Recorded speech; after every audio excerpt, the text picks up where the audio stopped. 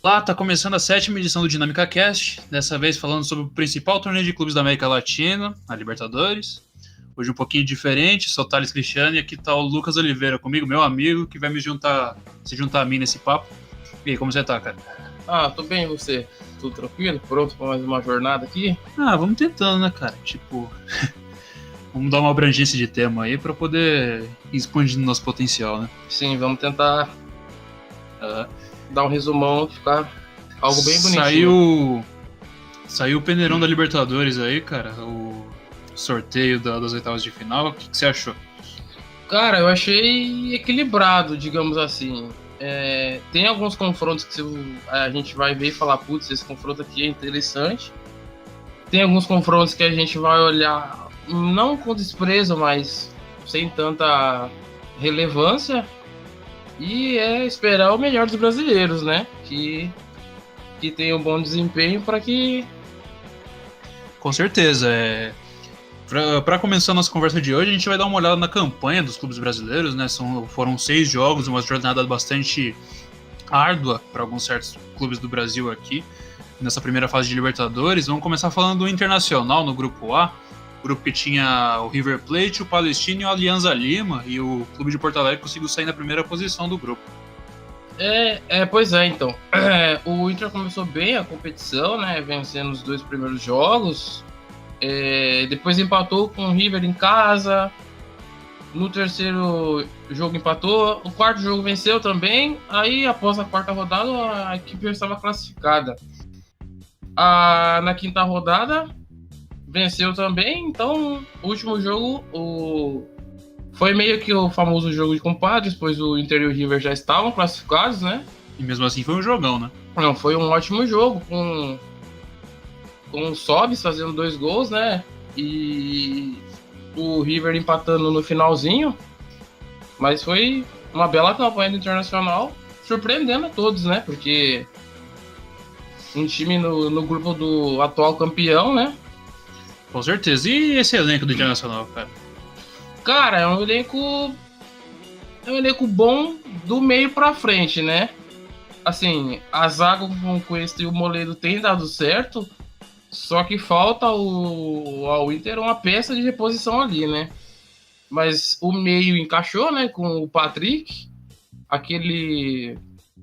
o Nonato também tem entrado fazendo boas atuações. O Dourado, o volante, com certeza. O Dourado já tá há um bom tempo, né, em alta. É um ótimo volante. E o Lindoso, que foi contratado junto ao Botafogo, veio para dar uma liga nesse meio campo que promete, viu? Com certeza. O que eu acho principal do elenco do Inter é com certeza o ataque, cara. O ataque, se eu posso estar um pouquinho equivocado em falar, mas é um dos principais ataques do país hoje em dia, o ataque do Inter, cara. Então, muito pela força dos gringos no elenco, né? Que conta com o Guerreiro, que após a polêmica do doping voltou em alta, né? O próprio Nico Lopes também, que recentemente renovou o seu contrato e tá dando muita liga. Inclusive, tem o Sobis também. O Sobis é reserva, mas é uma excelente peça de reposição. É a válvula de escape, digamos assim, né? Mesmo tendo uma idade já avançada, ele é como eu ouvi dizer, o Mr. Libertadores, né? Porque sempre vai bem, já tem um título, né? 1 ou 2. E é isso aí, né? Com certeza. Na sequência da competição, será que o Inter ainda tem força nessa sequência nas oitavas agora? Sim, o Inter vai ter um confronto complicado contra o Nacional do Uruguai, que muita gente pode achar que é um time que já meio do passado, que é um time de história bonita, mas de presente não tão glorioso assim, mas é um time complicado, um time uruguaio. Jogar contra o Uruguai em Libertadores ou em qualquer competição é duro. É uma equipe que passou em segundo do grupo, mas só passou em segundo por questão de saldo de gols, porque teve o mesmo número de pontos do Cerro.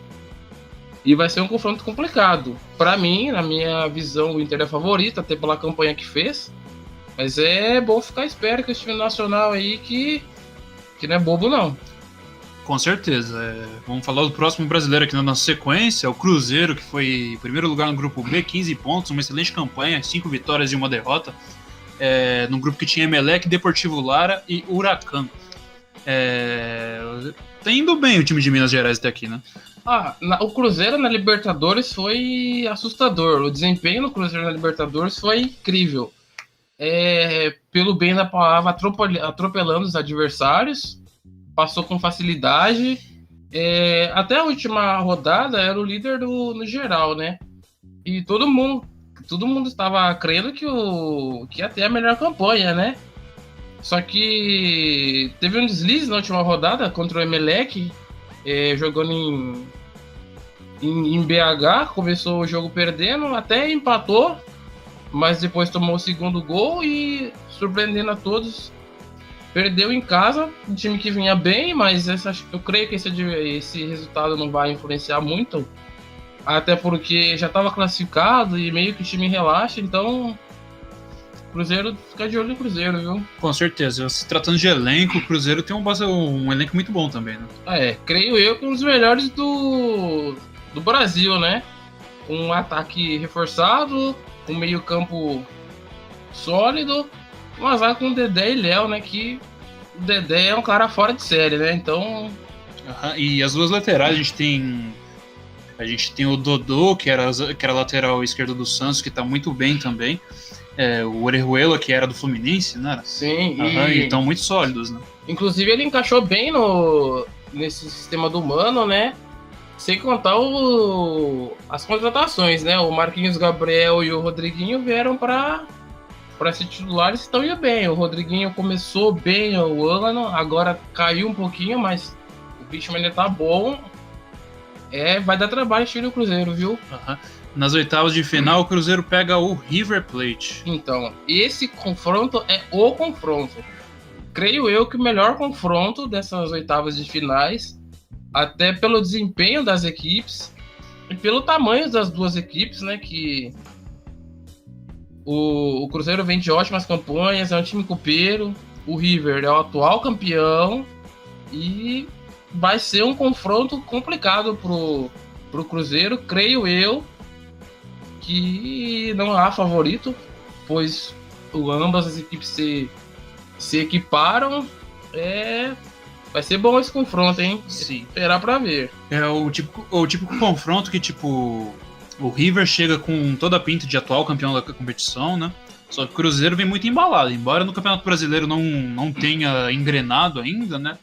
Mas por visível prioridade de Libertadores, né? Sim, o Cruzeiro desde o começo da temporada visou mais a Libertadores, tanto as contratações que trouxe pontuais foram para a competição, né? Começou meio cambaleando no Campeonato Brasileiro, mas é exatamente isso, decorrente vamos dizer assim, priorizar, né? É uma palavra meio forte, mas o que acontece? Outra coisa também é a terceira vez que as equipes se enfrentam e a terceira em mata-matas. O Cruzeiro tem ótimas lembranças. Em 76, o time azul e branco levantou a primeira Copa Libertadores após 3 partidas na decisão, sendo a última em Santiago, no Chile. Época que a decisão era 3 jogos, um em cada país de cada representante. Exatamente. E o terceiro jogo em campo neutro, né? Que foi no Chile, que será a decisão desse ano também, né? Sim, vai ser a decisão em jogo único, né? Sim, só que por outro lado, em 2005... já sob o comando do Gallardo, o River Plate ganhava o Cruzeiro nas quartas de finais, e isso deu um fôlego a mais para no final o time ser campeão, né, da competição nesse ano de 2015, né? Com certeza vai ser um jogão e provavelmente quem sair vencedor desse confronto vai ser um dos grandes favoritos ao título dessa temporada. Com certeza, vai vir forte. Continuando aqui, vamos falar do Flamengo. Grupo D, passou meio que na bacia das almas com 10 pontos, empatado com o Godoy Cruz e empatado com LDU e Peñarol com 10 pontos. E no grupo que também tinha o San José da Bolívia, mas acabou sendo o último lugar do grupo. O Flamengo conseguiu passar como primeiro lugar do grupo por causa do saldo de gols. O Flamengo, que tem um dos elencos mais caros do país, né? Todo mundo vem falando muito da badalação que o elenco carioca tem. E até aqui na Libertadores caiu num grupo relativamente difícil, mas soube lidar bastante com a pressão. O que você tem achado aí? Então, o Flamengo começou uma incógnita, digamos assim, né? Porque o elenco era badalado, só que a troca recorrente de treinadores não fortalece muito a equipe, né?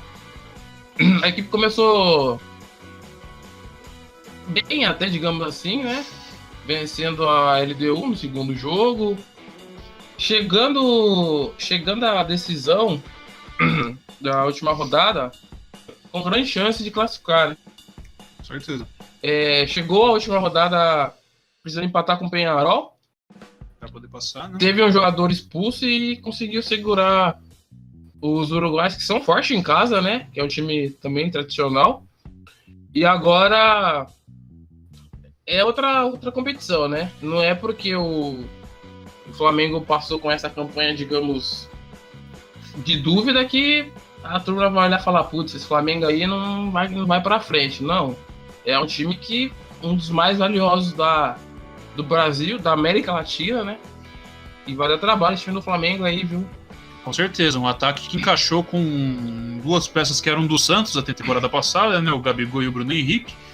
E às vezes conta com o Everton Ribeiro fazendo bons jogos. No meio campo você tem o Arrascaeta muito bem, Coelhar, volante, fazendo umas ótimas atuações, Diego, maestro.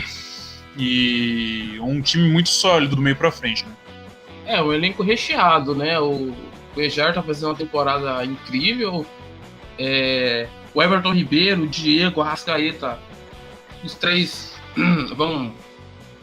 vão alternando, né, a titularidade, até porque não dá para manter o mesmo jogador. Até por ter esse elenco recheado, é bom variar, dependendo do confronto, dependendo do adversário, é bom você ter essas várias peças, porque daí você se ajusta de acordo com o adversário, né?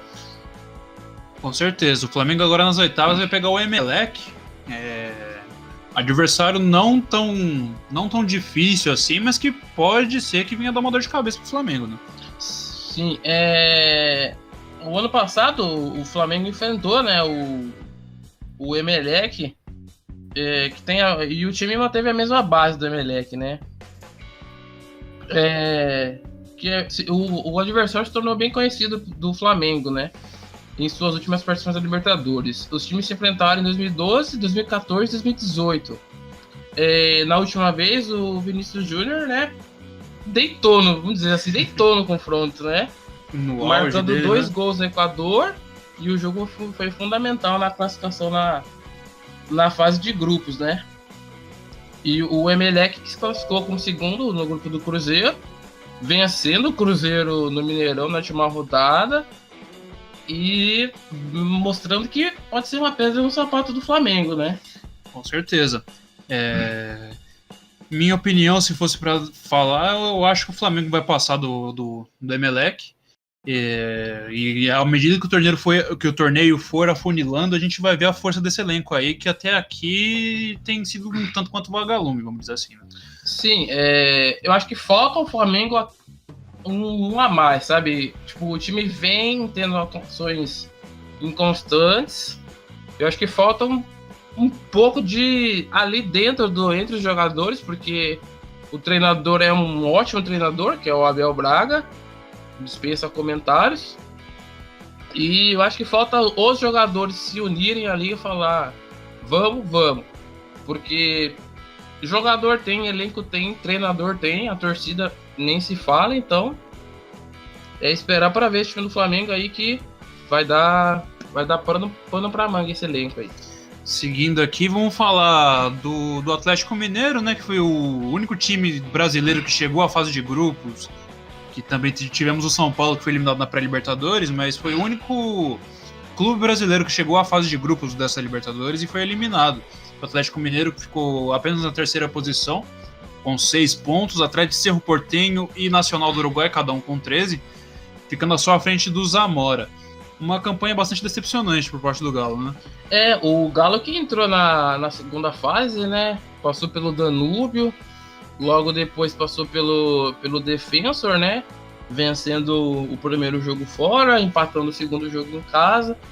Com atuações irregulares, o Atlético Mineiro, né? Tanto quanto surpreendente, pois tem um time qualificado para a competição, né? Conta com o Ricardo Oliveira, atacante experiente, que sempre faz seus golzinhos, que vem num ano não muito bom, né? Embora seja veterano, com 38 anos já, né? Sim, conta com o Casares também, que é sempre um jogador que dá trabalho. Elias.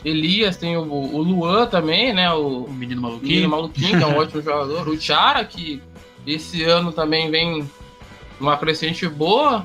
E o goleiro, o Vitor, o sistema defensivo Maidana, o Leonardo Silva, tem também no seu elenco o Rabelo. O Guga, lateral direito, também tomou conta da posição, né? Sim, vem jogando um ótimo futebol, né? Sim. Só que, infelizmente, não deu pro time do Galo, né? Que acabou apenas com 6 pontos, tendo uma campanha bastante decepcionante. E embora isso, tenha tido um bom começo do Campeonato Brasileiro, né? Sim, na Libertadores o time não encaixou, né? Mas no Brasileiro vem fazendo uma ótima campanha mesmo, né? Era líder até a última rodada, né? Perdeu a liderança pro Palmeiras, mas vem fazendo um Campeonato Brasileiro muito bom, regular. E, bom, dos males o menor pro Atlético, né? Conseguiu a vaga na Sul-Americana e o Atlético Mineiro vai enfrentar o La Calera, né? Que é um time do Chile, pouco conhecido aqui para nós brasileiros. E tem tudo para ir adiante, né? E para os seus torcedores, que pode ser um prêmio de consolação, a campanha na Sul-Americana pode ser bem vistosa, né? Diante de adversários que podem enfrentar adiante, né? Como adversários conhecidos, como o Peñarol, o Independiente, o Corinthians, que são times favoritos, né? O próprio Fluminense. São times que podem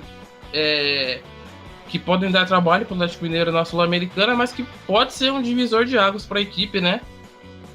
Para não ter um ano de apenas desastres, né? Com certeza. Vamos seguindo aqui, vamos falar do Palmeiras agora, que também assim como o Flamengo, é um elenco bastante badalado no país, né? E não fez feio na primeira fase. 5 vitórias, 1 derrota, assim como o Cruzeiro, num grupo que tinha São Lourenço, tinha Melgar, tinha o Júnior Barranquilla, e o Palmeiras passou com certa facilidade por seu grupo, né? Sim, o Palmeiras é um time que, assim como o Flamengo conta com um elenco badalado, é um time que não se você parar para assistir o jogo do Palmeiras, você não vai ficar tão satisfeito assim com o desempenho, mas é um time, digamos assim, resultadista, né? O Felipão é um cara resultadista, né? Ele prega mais pelo resultado do que pelo desempenho vistoso em campo. O time do Palmeiras começou bem, venceu os seus 2 primeiros jogos, teve um deslize contra o São Lourenço na terceira rodada, no Evo Gasômetro, que não é um resultado tão surpreendente. Venceu o Barranquilla, depois venceu o Melgar de novo e na última rodada venceu o São Lourenço. Teve a melhor campanha no geral, né? Empatado com o Cruzeiro, né? Só que teve mais saldo de gols, ficou em primeiro. Daí, caso avance as outras fases, vai decidir os jogos sempre em casa. Sim. E apesar de tudo, o Palmeiras teve excelente campanha, né? Agora nas oitavas vai enfrentar o Godoy Cruz. Exatamente, um clube argentino que tem toda a catimba argentina envolvida, né? Mas não é um dos clubes mais expressivos do país, né? O Palmeiras teve, se é que pode dizer, teve sorte de cair. Sorte é uma palavra muito forte, mas teve um confronto dos menos difíceis, digamos assim, né? Vai enfrentar o Godoy Cruz, que é o atual vice-campeão, né? Sim. Atual vice-campeão não, perdão. Foi vice-campeão argentino em 2018, que conseguiu a vaga para essa Libertadores, né? O Godoy Cruz é um time, é uma incógnita, digamos assim, né? Não é o time dos mais conhecidos argentinos também, O Godoy Cruz que se classificou em segundo lugar no grupo C, né? Sim, vai ser a primeira vez que o Palmeiras vai enfrentar o Godoy Cruz, né? Que na fase de grupos passou em segundo, né? Segundo grupo C. Grupo do Atlético Mineiro, se eu não me engano. Sim, o Godoy Cruz passou em segundo, né? Não, foi no grupo do Sporting Cristal, Isso. Olímpia e Universidade Concepción. Passou em segundo, exatamente. num grupo teoricamente fácil, né? Sim, e apenas com 9 pontos, né? Sim, chegou a última rodada com chances de eliminação. É um time que pode ser que dê trabalho, mas o amplo favoritismo é do Palmeiras. Mesmo que com esse favoritismo, o Palmeiras adotou um discurso de respeito ao adversário, né? Que teve a segunda pior campanha entre os 16. E o Palmeiras já enfrentou um time argentino na fase de grupos, que é o São Lourenço, venceu o jogo em casa, perdeu o primeiro... Perdeu o jogo na Argentina, na venceu Argentina, em casa. Né? Espera para ver, mas o favoritismo é amplo do Palmeiras. O Godoy Cruz não fez uma boa campanha e não oferece perigo. Com certeza. Seguindo aqui, vamos falar agora do Atlético Paranaense, que é o penúltimo dos times brasileiros classificados, que ficou em segundo lugar no grupo G, atrás do Boca Juniors. O Atlético Paranaense que essa temporada fez atuações bastante vistosas, como foi aquela goleada diante do Boca Juniors lá na Arena da Baixada, mas por outro lado tiveram atuações um tanto quanto que deixaram a desejar para seu torcedor, né? Passaram a primeira fase com 3 vitórias e 3 derrotas e apenas com 9 pontos avançaram para a fase de oitavas de final. O Atlético Paranaense fez um ótimo jogo. Teve um jogo de destaque no ano, que foi o jogo contra o Boca, aqui no Brasil, na Arena da Baixada. Porém, diante dos outros adversários, não teve um desempenho tão vistoso assim, né? Passou como segundo do grupo, o Boca foi o primeiro, né? Foi meio que polêmico o segundo confronto entre ambos na Bombonera, né? Polêmica de arbitragem, que sempre, né? Na Argentina, os brasileiros reclamam, não só os brasileiros reclamam da arbitragem, né? Mas é um problema recorrente. O Thiago Nunes, que é o técnico do Atlético Paranaense, montou um time baseado no que já vinha mostrando o Fernando Diniz, né? Um time que gosta de ter a bola no pé, que gosta de jogar ofensivamente. É um confronto que vai pegar fogo, viu? As oitavas de finais vão acontecer só em julho, e os dois times vêm forte. O Marco Ruben, né, que é o centroavante, o principal jogador do Atlético Paranaense, é o que pode dar trabalho pro time do Boca, que é um time encardido, né? Todos conhecemos. Sim, o Marco Ruben, que no primeiro jogo, o que foi 3-0 lá na Arena da Baixada, o Marco Ruben fez um hat-trick, fez os 3 gols do Atlético Paranaense naquela ocasião. E os dois clubes estão criando uma certa rivalidade já dentro da competição, né? E como o destino gosta de fazer essas coisas, os dois vão se enfrentar novamente nas oitavas de final, né? Então, o Marco Rubin, que até marcou o primeiro gol contra o Boca na La Bombonera, logo depois o Boca virou, né? E os dois times têm muitos jogadores que estão em alta, né? Logo, essa janela do meio agora pode ser que sofra mudanças, pois os times europeus vêm forte e podemos ter times bem diferentes para o confronto das oitavas de finais, né?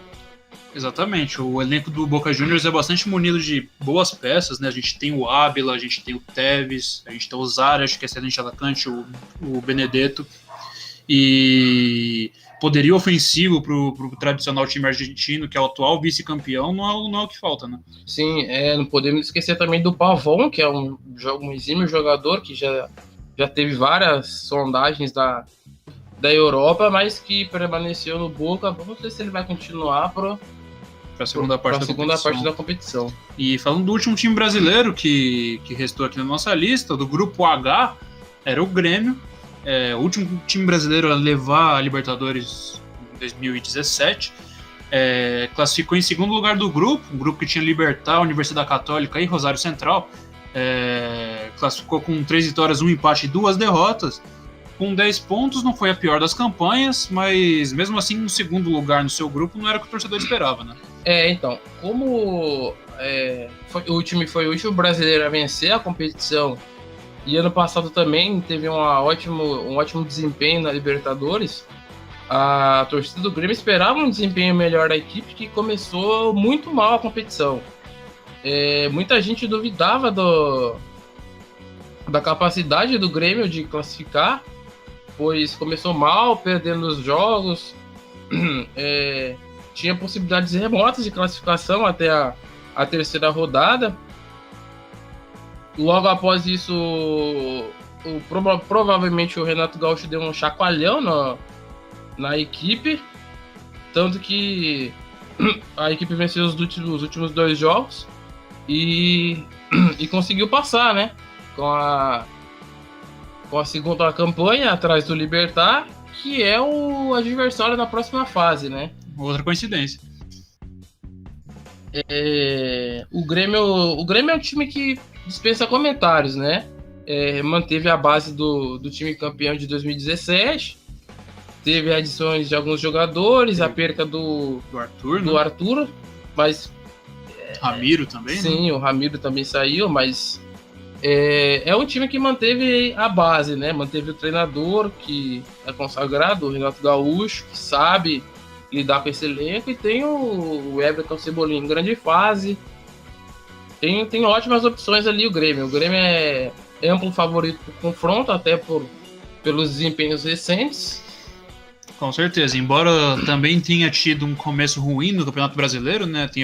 Esteja ocupando até a zona de rebaixamento, inclusive.